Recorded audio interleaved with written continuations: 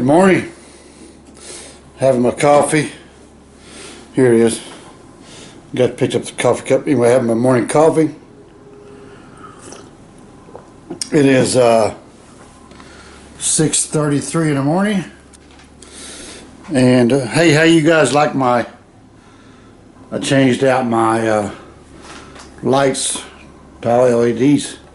So now my whole house is LED, my 1935 model shack. So yes, this place is wrecked. Got the old girl warming up. See that? Today is Tuesday. Today is Tuesday, January the 2nd. And we're still on vacation. Truck has a small air leak. We were going to take it to Peterbilt. I think it might be Ringo, Georgia. I don't really know. We were going to take it to Peterbilt, get an air leak fixed. But honestly, it's 8 degrees outside. Open up the fuel tank and the fuel is really cloudy. And my fuel filter gauge is on I think 9. Fuel filter restriction gauge. So I'm thinking the fuel is almost jailed. So I'm a little bit worried about getting it on the road and she's shutting down and being froze up. Just to go fix an air leak that can wait because it's not audible. So it's not a DOT violation and it's not on the brake service side. Some guys mentioned in the videos a few back every time I touch the brakes, the air compressor kicks on. Well, I hit a bump, the air compressor kicks on. So it has nothing to do with the brakes. I did the test and I maintained my air pressure within specs. So it's just a slow leak. It leaks down overnight. 95% of your trucks on the road today lose air overnight. I just want to get this one fixed because it's brand new. It shouldn't be leaking. Yes, it has 97,000 miles on it, but still new enough truck that it shouldn't have an air leak. So we were going to take it to get it fixed, but now I'm kind of questioning that decision. Because like I said, it's 8 degrees, fuel looks cloudy, fuel restriction gauge is high. I just don't think it's worth the risk. I get halfway there, the truck gels up, shuts down. Now I got to have a total wrecker service. Now I'd have them bring it back home. I'm not going to put it in the shop to thaw it out. You can stay here in the driveway and stay frozen till Mother Nature warms it up, and then we'll hit the road. Because I don't have a load, I'm not under a load, so there's no pressure with that. So anyway, I thought I was going to take you guys down the road, but now I'm really questioning it. But I'm going to let it run for a little bit and we'll go recheck it and see what happens. This truck I don't think has tank heaters.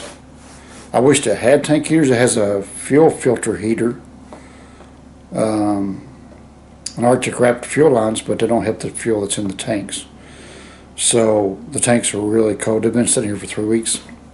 They're aluminum tanks and they're really, really cold. So whatever's in the tank is going to be frozen. Yes, I have it treated. I put a bottle of Howes, which Howes is not good for winter rising. Everybody thinks it is. It's not the best.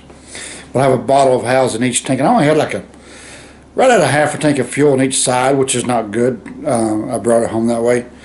Should have left it totally full. But I brought it home low on fuel, and so put a bottle of Howes in each tank, and so that should help it. I mean, a whole bottle in each tank, which is only half a tank in each tank. That bottle of Howes should have done the job. It's not the best idea for winterizing. Fuel power is what I need. I went to the truck stop yesterday and got some fuel power, but who knew it was going to get to 8 degrees? But anyway, so we'll see how long she sits out here and idles, and I'll look at the tanks again and make that decision. So yeah, there's more ramblings. Okay, bye. Well, I'll show you guys what I'm talking about. I tried to call the Peterbilt dealer. I don't know what's wrong with that cotton picking spring. I tried to call the Peterbilt dealer, and it's just too early. They're not open yet. So let's go see. Let's go see if I love all my motion sensor lights. Let's just go look at the fuel. I thought I'd stick a stick in it and just see if it's how much it's gel. But see, here's a fuel restriction gauge right there. Turn his radio down. So there's the fuel restriction gauge. Hang on. See it? The fuel filter. So I should run down here around 1 or 2. That's way up here at 9. So that's not good. So let's look at the fuel. Get a flashlight out.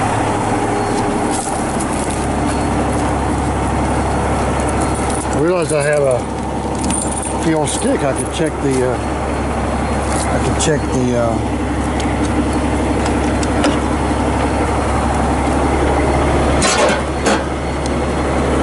fuel with my fuel stick. Let's see, show you what we got going on.